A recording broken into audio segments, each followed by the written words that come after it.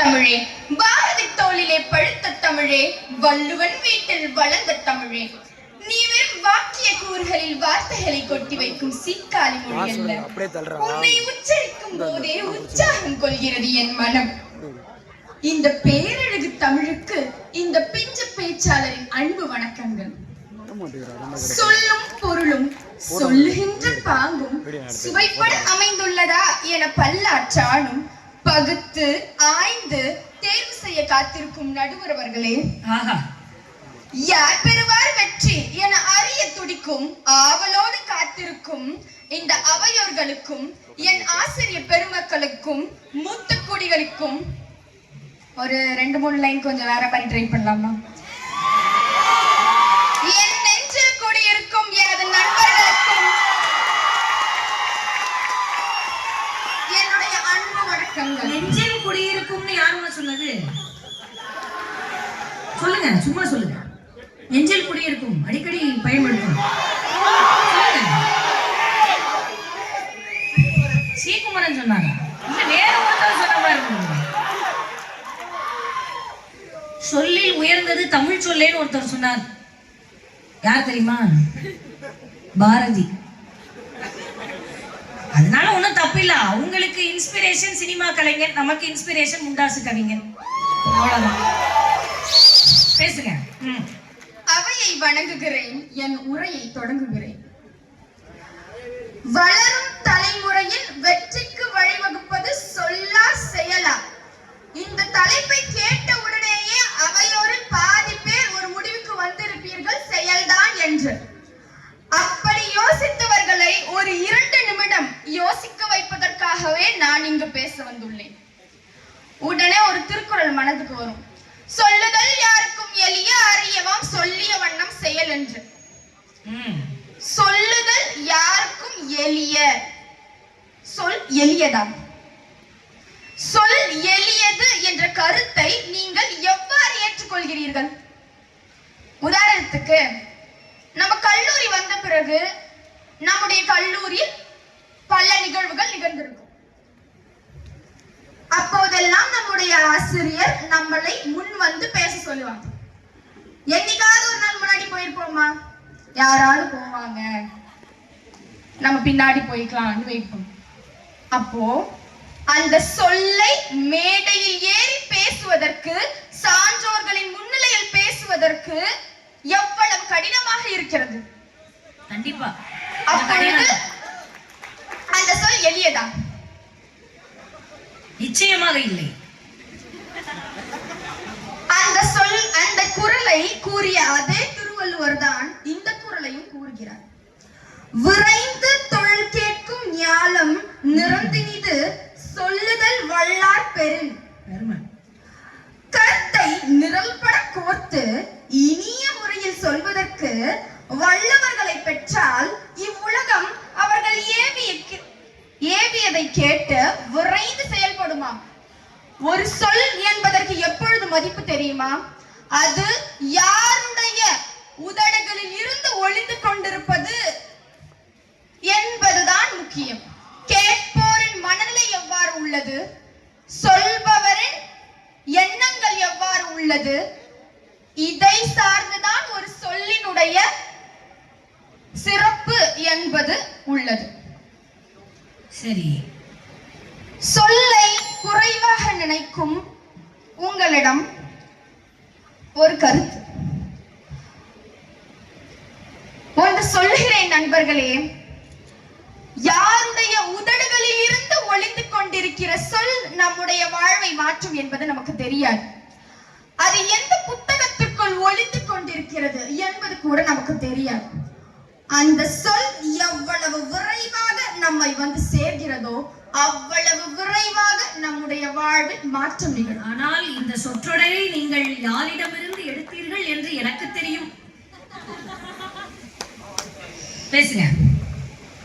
ரகசியம் என்ற புத்தகம் உங்களில் எத்தனை பேருக்கு தெரியும் என்பது எனக்கு தெரியவில்லை.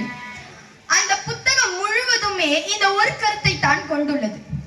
ஒரு செயலை நீங்கள் செய்ய விரும்பினால் அதன் தொடர்புடைய சொற்களை தினமும் உங்கள் மனதிற்குள் நீங்கள் உச்சரித்துக் கொண்டே இருக்க வேண்டும்.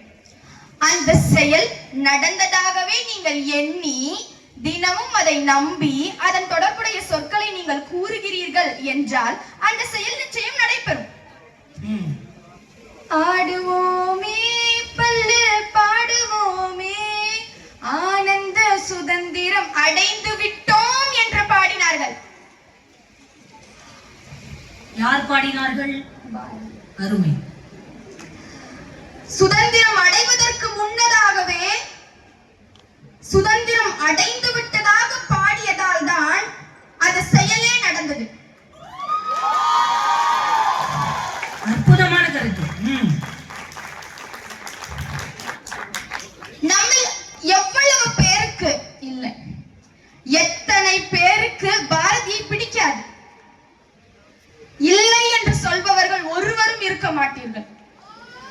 அந்த பாரதி தன்னுடைய மொழி பற்றையும் தேசப்பற்றையும் எவ்வாறு காட்டினார்? சொல்லும் கவிதையும் பாடலும் கட்டுரையின் மூலமாக தான் காட்டினார். சொல்லுக்கு வலிமை இல்லையா?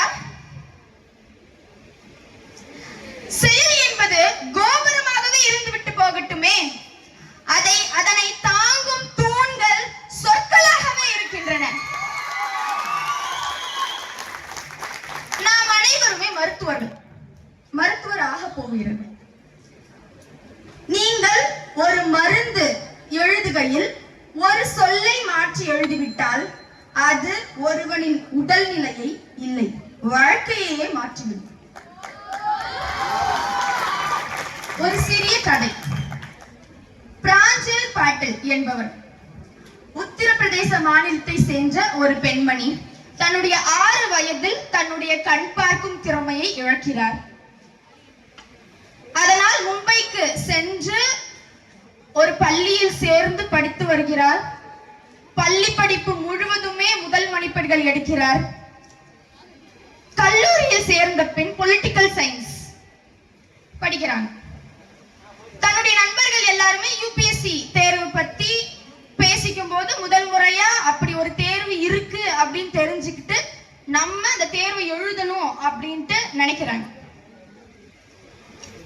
தேர்வுக்கு இந்த இந்தியாவிலேயே மிக கடினமான தேர்வு யூபிஎஸ்சி. நமக்கு அதை படிக்கிறதுக்கே இப்படி இருக்கு. கண் தெரியாதவர் அதை எப்படி படித்திருப்பார்? பிரிலிம்ஸ், மெயின்ஸ், இன்டர்வியூ மூணுத்தையும் கிளியர் பண்ணிட்டாங்க. 773வது இடம் பிடித்து ரயில்வே துறையில் அவருக்கு வேலை கிடைத்தது. ஒரு மாதத்திற்கு முன்னதாகவே அவங்களுக்கு ஒரு கடிதம் வருது. உங்களுக்கு கண் பார்க்கும் திறமை இல்லாவிட்டதால் இந்த வேலைக்கு நீங்கள் எடுத்துக்கொள்ளப்பட மாட்டீர்கள் என்று. எத்தனையோ கடிதம் எழுதுகிறார். முதலமைச்சருக்கும் ரயில்வே துறையினருக்கும் ஒரே ஒரு பதில் கடிதம் வருது.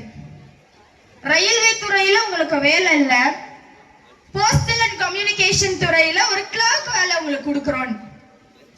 ஒரு கிளர்க் வேலைக்காகவா யூபிஎஸ்சி தேர்வை நாம் வெற்றி பெற்றோம் என்ற எண்ணம் அவருக்குள் ஒளிந்து எல்லாருமே ரொம்ப மனசொடைஞ்சு போற அந்த காலகட்டத்துல அவர் மட்டும் ஒரு முடிவெடுத்தார். மீண்டும் படித்தார்.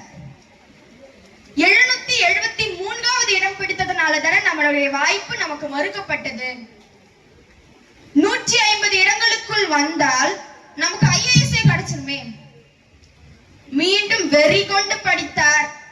2வது முறை 124ஆம் இடம் பெற்று ஐஏஎஸ் ஆக மாறினார். இந்திய வரலாற்றில் முதல் மாற்றுத்திறனாளி என்ற ஐஏஎஸ் பட்டம் பெற்றவர் பிராஞ்சில் பட்டேல். இந்த கதை எதுக்கு சொன்ன தெரியுமா? அவள் கல்லூரி பயிலும் காலகட்டத்திலும் அவளுடைய நண்பர்களும் அவர் யூபிஎஸ்சி எக்ஸாம் எழுதுற காலகட்டத்திலையும் அவரை சுற்றி இருக்கவங்க எல்லாருமே அவர்களை